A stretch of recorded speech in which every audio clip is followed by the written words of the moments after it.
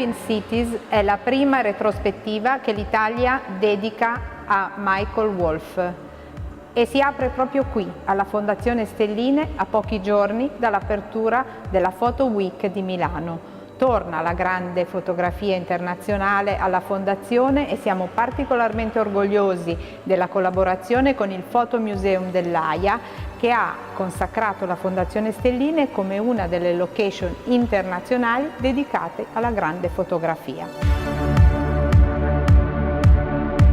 The exhibition Life in Cities by Michael Wolff is an international collaboration that started in the photo festival in Arles in France in summer 2017 and then traveled to Switzerland, to the Netherlands, now in Italy, and will go on to Germany.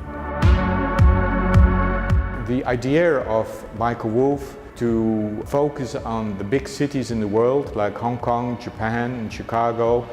It's his idea to make one show of that. We included more than 10 series about the subject of the big city. Now here in Milano we show a part of the bigger show, but I think it's a very nice and fine selection that really does justice to the way Michael Wolff works with his theme.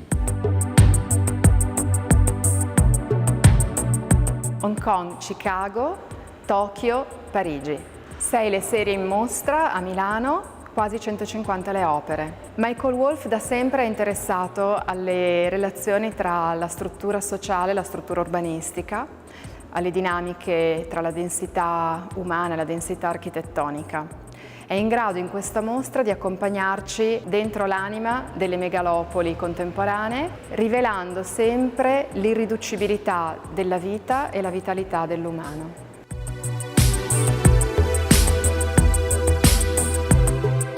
My name is Michael Wolff. I am a German photographer / artist, and I've been living in Hong Kong for the past 23 years. The topic I'm most preoccupied with is life in cities. So I've photographed many different variations of this topic, starting with the incredible architecture of density in Hong Kong, the very, very dense buildings of the city there, but I also expanded it into a more human aspect by going to Tokyo and photographing Tokyo compression, for instance, the life in the crowded subway, always in the morning from 7:30 until 8:45, when you had the most people packed into the subway.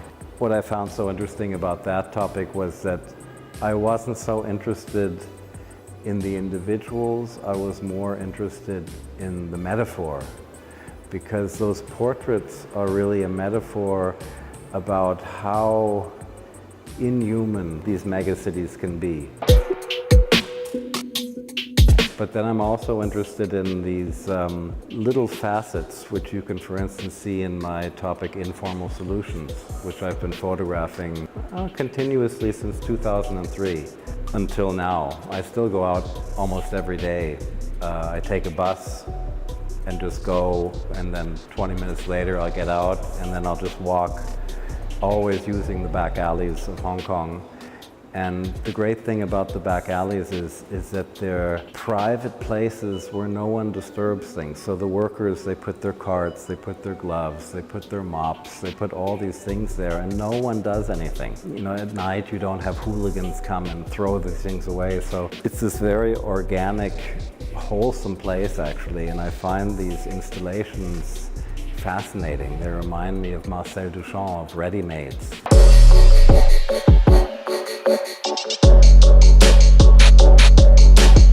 I think every city has its own visual grammar.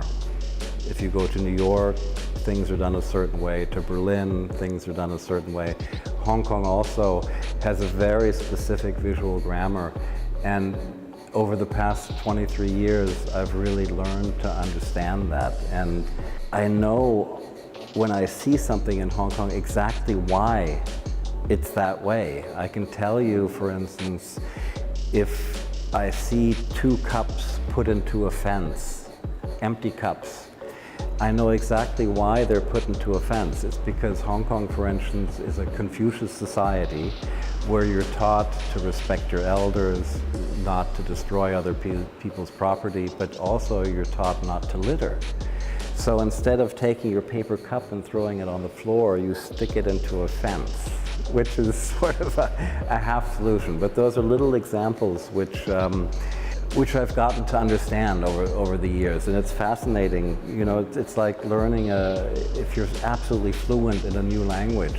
It's wonderful, this feeling of power you have to be able to express yourself, and that's the way I feel in Hong Kong. I just know the city intimately, but I don't know it in a way that I'm bored. It's still, every day, no matter where I go, I'm still excited.